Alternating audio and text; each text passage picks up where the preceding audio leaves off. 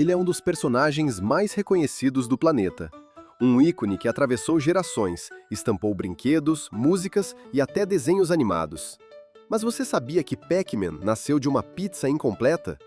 Sim, uma simples refeição inspirou um dos maiores fenômenos da história dos videogames. Hoje, vamos mergulhar nos bastidores da Namco, entender como Toru Iwatani transformou uma ideia inusitada em um jogo que mudou para sempre a indústria. Tudo isso e muito mais após a vinheta.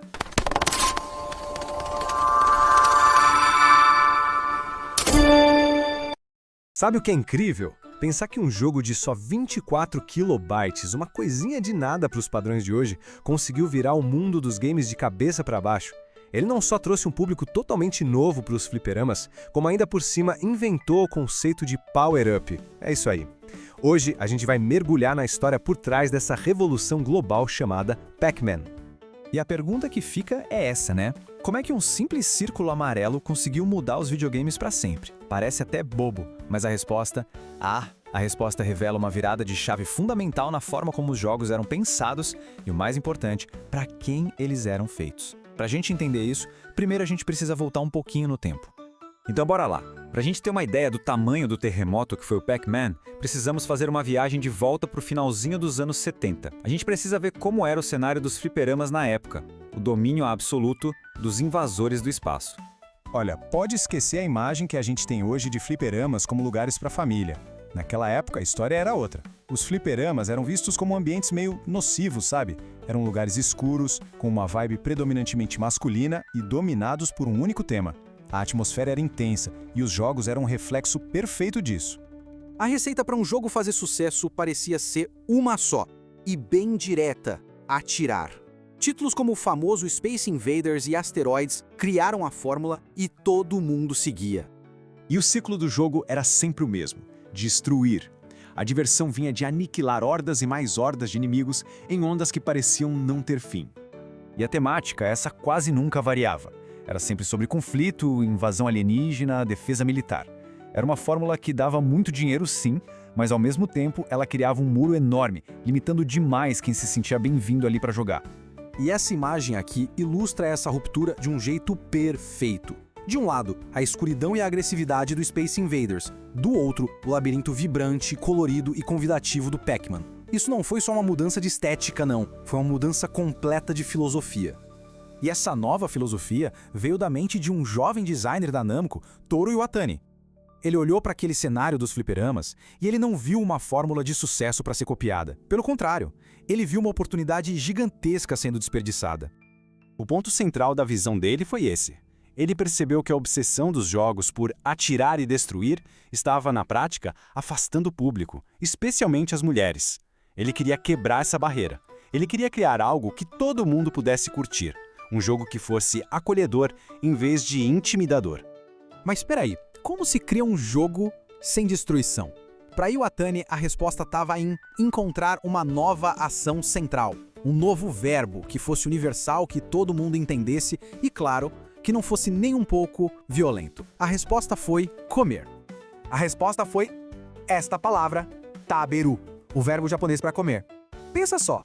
Toda a base de um dos jogos mais icônicos da história foi construída sobre essa ação tão universal e do nosso dia a dia. E a inspiração para isso veio de uma observação super simples. Iwatani notou que as mulheres frequentemente falavam sobre comida, sobre comer bolos e sobremesas. Ele sacou que a ação de comer estava associada a prazer, a socializar e não a conflito. E foi aí que ele transformou essa observação numa mecânica de jogo absolutamente genial. Ok? Com o verbo mágico comer como base, a equipe do Iwatani começou a dar vida a esse novo universo. O desafio agora era criar personagens e uma estética que fossem tão convidativos quanto o próprio conceito. E foi assim que um ícone da cultura pop nasceu. Para atrair o público que ele queria, Iwatani se inspirou numa tendência cultural gigante no Japão, o estilo kawaii, que a gente pode traduzir como fofo. Pensa na Hello Kitty, sabe? Ao adotar esse visual amigável, colorido e sem nenhuma agressividade, ele estava mandando um recado muito claro: ei, este jogo aqui é para todo mundo. Mas vamos combinar, ser só presa não ia ter graça por muito tempo, né? O Iwatani sabia disso. Por isso ele introduziu um elemento que mudou os jogos para sempre: a pílula de poder. Um item que simplesmente invertia a dinâmica, transformando a caça no caçador. E aqui tá a genialidade do designer. O jogo vai construindo aquela tensão enquanto você foge desesperadamente dos fantasmas. Mas aí, quando você come a pílula de poder, essa tensão toda explode em pura euforia. Por um breve e glorioso momento, a presa se torna um predador. Esse ciclo de poder, essa inversão de papéis, é uma das maiores inovações do Pac-Man e é a base para o conceito de power-up que a gente vê em incontáveis jogos até hoje. E o resultado de tudo isso? Uma verdadeira revolução nos fliperamas. O impacto dessa abordagem, focada em inclusão e numa mecânica totalmente nova, foi imediato, foi massivo e mudou a cara da indústria de jogos para sempre. O legado de Pac-Man é imenso. Ele não apenas atraiu um público novo e diversificado, mas também se tornou um ícone cultural global. E mais do que isso, ele foi o primeiro grande personagem dos videogames, provando que um design inclusivo e não violento poderia ser um sucesso comercial estrondoso. A lição era clara: um bom design conecta as pessoas. E isso tudo deixa a gente com uma reflexão, né? Se o Pac-Man foi a resposta certa para os jogos de 1980, qual é a resposta que a gente precisa encontrar hoje? A grande lição que o Iwatani deixou foi olhar para a indústria e perguntar quem nós estamos deixando de fora. Uma pergunta que 40 anos depois continua tão relevante, ou talvez até mais, do que era naquela época. Se você curtiu essa investigação, não deixe o arquivo se perder. Compartilhe esse vídeo com seus amigos gamers, deixe o seu like para fortalecer o setor 64 e comente aqui embaixo o que você achou dessa história. A sua opinião ajuda a manter essa comunidade viva. E claro, inscreva-se agora no canal para não perder os próximos arquivos secretos que vamos abrir juntos. Vamos hypando essa jornada e mostrando que a história dos games merece ser contada com a mesma intensidade que ela foi vivida. O setor 64 continua semana que vem.